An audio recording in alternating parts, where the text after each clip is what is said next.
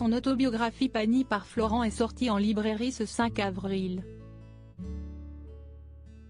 Dans l'ouvrage écrit en collaboration avec son ami de 30 ans, Emmanuel Cosso, le chanteur revient sur l'une de ses premières histoires.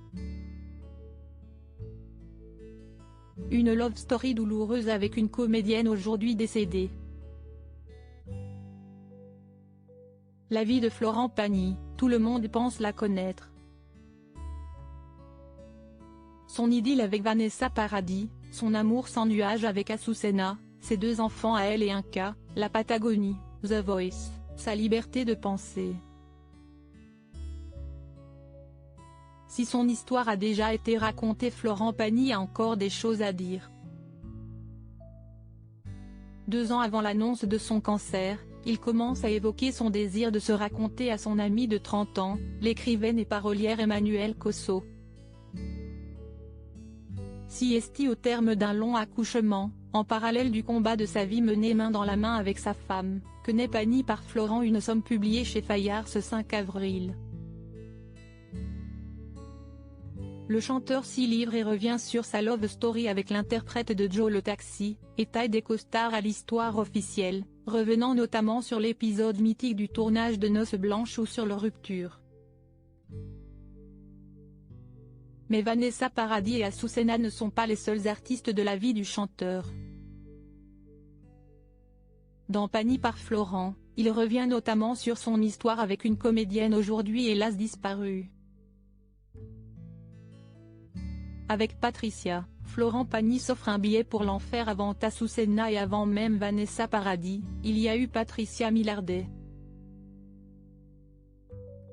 Lorsque Florent Pagny la rencontre, il n'a que 21 ans. Il est dans un restaurant des Halles, en compagnie d'une autre femme. Je ressens de drôles de vibrations venues du fond de la salle. J'aperçois cette fille qui n'arrête pas de me jeter des regards. Elle m'allume de la plus directe des façons, se souvient-il. Il est immédiatement attiré par cette brune, très belle, incendiaire.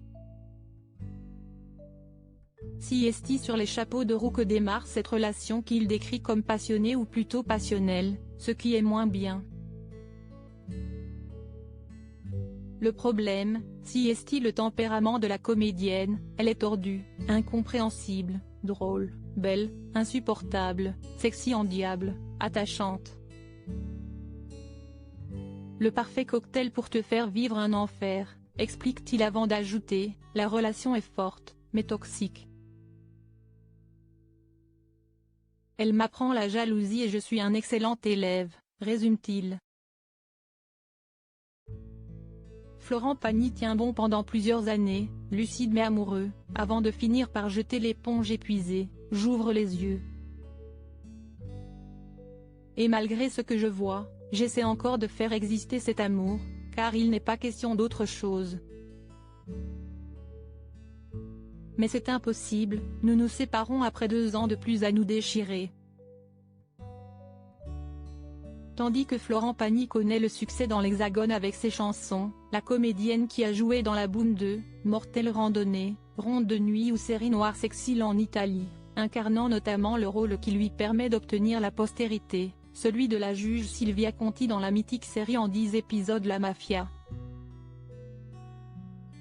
Si à Rome que l'actrice s'éteint, foudroyée par une crise cardiaque le 13 avril 2020.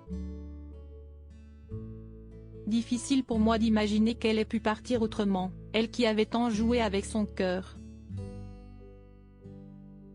Je ne l'avais jamais revue, écrit-il encore à propos de celle dont il a été redingue.